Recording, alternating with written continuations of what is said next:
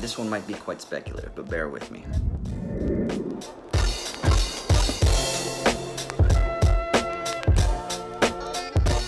Alright, so we're cruising along. Now we reach Genesis 20 through 22. There's really no rhyme or reason, by the way, to the order of how I'm going through this. I'm kind of just going to read a chunk because the goal is to make sure that I get through the Bible in a year. So I'm going to have to probably take on more than I'll even be able to cover in these vids. But again, these are just meant as stimulation so that you can go and have some thought-provoking morsels to do your own work. So Genesis 20 through 22, so what ends up happening? Here are a couple highlights in this section. First thing is that Abraham ends up having an encounter with a king of a foreign nation named Abimelech. The basic thing that I think we need to worry about with this story is the similar thing that we've seen repeated before, that if you trust in God, God will bless you. If you demonstrate that you are God-fearing, God will bless you. And that's what happens. Abimelech basically demonstrates through various circumstances related to Abraham's wife, who by the way is his half-sister. Kind of funky shit. That he is actually a God-fearing king, a God-fearing ruler, so therefore he gets blessed. There's guarantees that his nation is going to be protected insofar as long as he fears God. Alright, so then here's the meat of what we're going to talk about today. Abraham sacrificing his son, Isaac. Remember, it was a big deal that Abraham and Sarah were able to conceive of a son because they were old as shit, right? Now, God tells Abraham, go up to this mountain and kill your son. Abraham's probably like, what the fuck, God?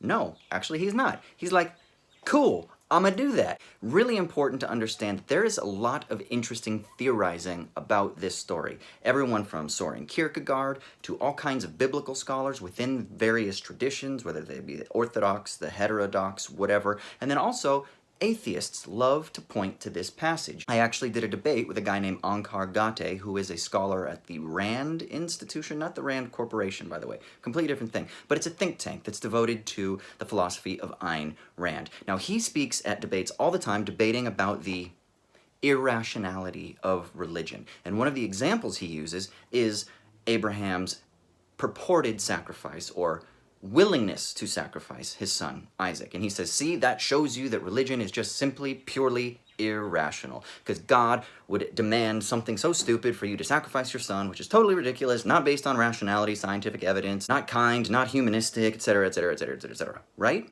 I think that that is a little bit of an oversimplification of actually what's going on. Because really what Gate and those of his ilk are trying to say is that there are no reasons.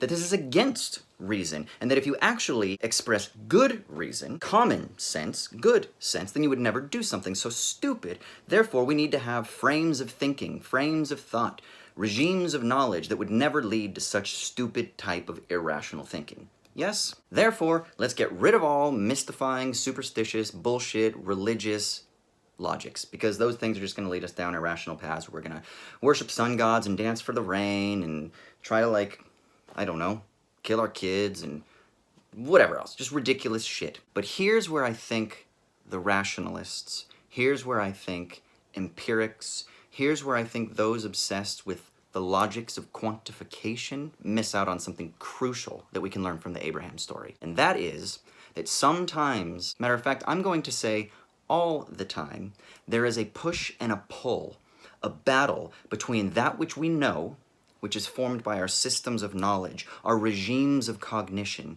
the structures of thought that condition rationality, common sense, good sense, our political formulations, the social actions that we ought to take, the socioeconomic frames of distribution and allocation of resources that we ought to pursue. That, and then decision-making. That, and the excess of infinity. That, and that gap between the things that we know and the things of which we're still uncertain. And this is what we can glean about the story of Abraham being willing to sacrifice Isaac. It's not because he's irrational. It's not because God is some dumbass, capricious authoritarian.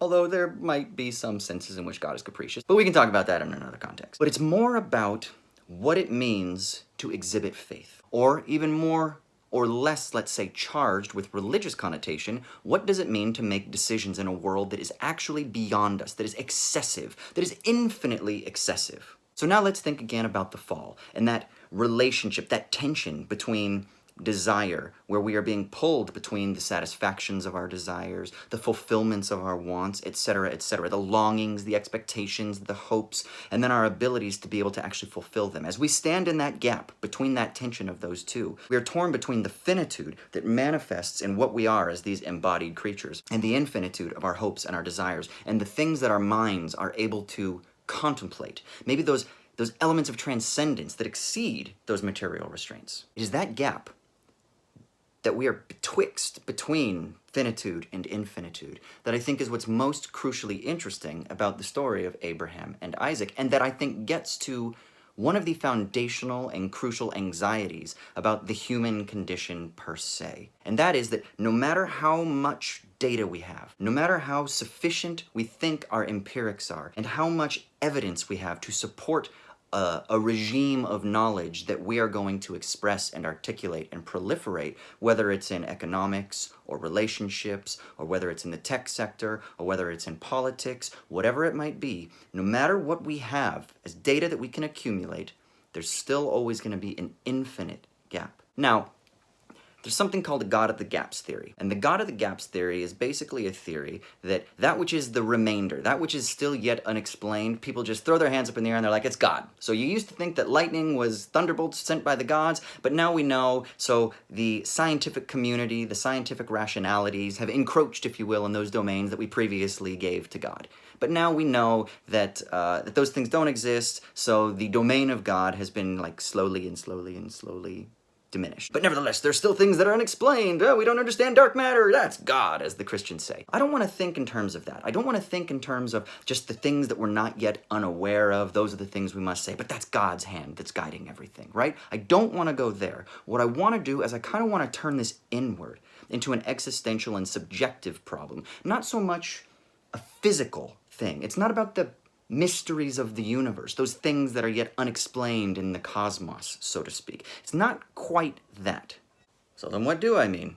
Well, I think I want to propose something kind of speculative and say that I think what we can glean from the story of Abraham and Isaac is that there is something fundamentally human about confronting the uncertainty of that condition of being torn between our desires, our hopes, and our expectations, and realizing the things that we can actually manifest or make a reality in our day-to-day activities. Now, of course, in the Abraham and Isaac story, this is all set within the context of Abraham being established as the patriarch of Israel, of the guarantees of blessing that are going to come through his seed, Isaac being the sort of first, if you will, in that lineage, through whom the nation of Israel is going to emerge. And then we need to remember that there is a socio-political and socio-economic and ultimately a theopolitical purpose that is being established here. How do we understand how it is that God is going to guide the polis, the city, the community, the society of ancient Israel?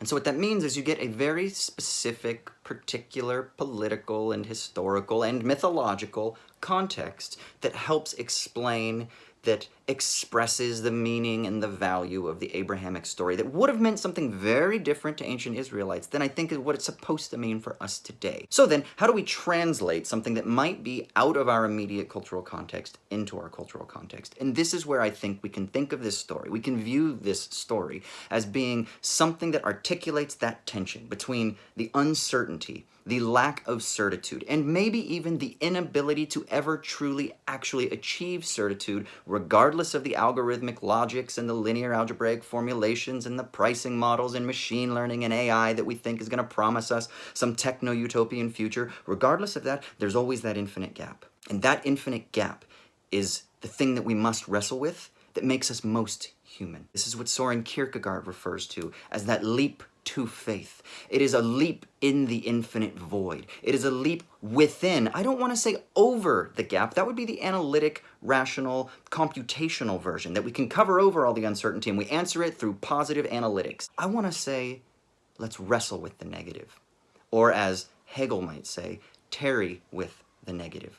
Let's not try to overcome everything. Let's not always try to seek some sort of easy, quick, mathematical, or quantifiable solution to everything, but recognize the darkness, recognize the depth, recognize the rampant and ubiquitous negativity that is always there, even in the midst of all those analytical solutions. Of course, that doesn't mean that I'm thinking we just become mystics and we throw our hands in the air and we go back to like primitivist solutions. No, this is the paradox. This is the tension. Let's not be so quick to discard one for the other. The rationalists, Ankargate, the Randians, the atheists, they want to discard mysticism. They want to discard the negative for the sake of pure positive rationality, for the algorithm, for the mathematizable, for the market solution, for the commoditizable, whatever it might be. They want to exclude all of that stuff, whereas I want to pause, and I want to do the truly philosophical, maybe even the truly spiritual, and maybe that which is truly divine, which is to rest, and to pause, and to be silent, and to listen, and to ponder, and to be confused, and to wonder. This is why I, in the introduction, show some little snippets of a poem by Walt Whitman, and I just want to read it real quick,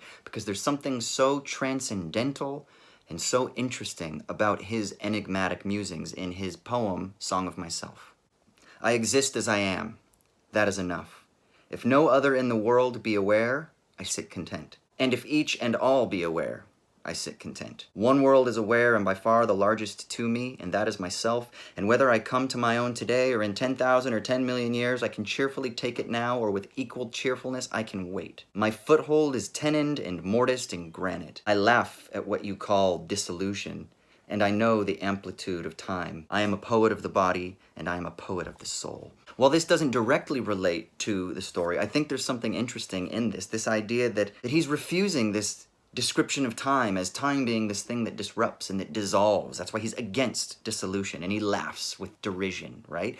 Because there's something about permanence, there's something about stasis, there's something about universality and the ubiquitousness of just pausing and reflecting and being in it. And I wonder if that experience that Whitman is speaking about, if that is kind of similar to what I'm talking about, existing within that gap, in that space. Maybe it doesn't move. Maybe it is the cessation of movement. Maybe it is recognizing that we live in this space where everything is the same all the time, no matter what, and even when all of our grand designs of analytical rationality and the solutions that we come up with on our world that are pure positivism, that overcome the negativity, that maybe even in the midst of all of that, there's still an excess that we can't transcend and that we can't overcome, and that to truly be spiritual, to truly be divine, to truly wrestle with and find adjustment in being betwixt and torn between that space between the infinitude and the finitude, is to just pause and reflect. But what does that mean, you ask me?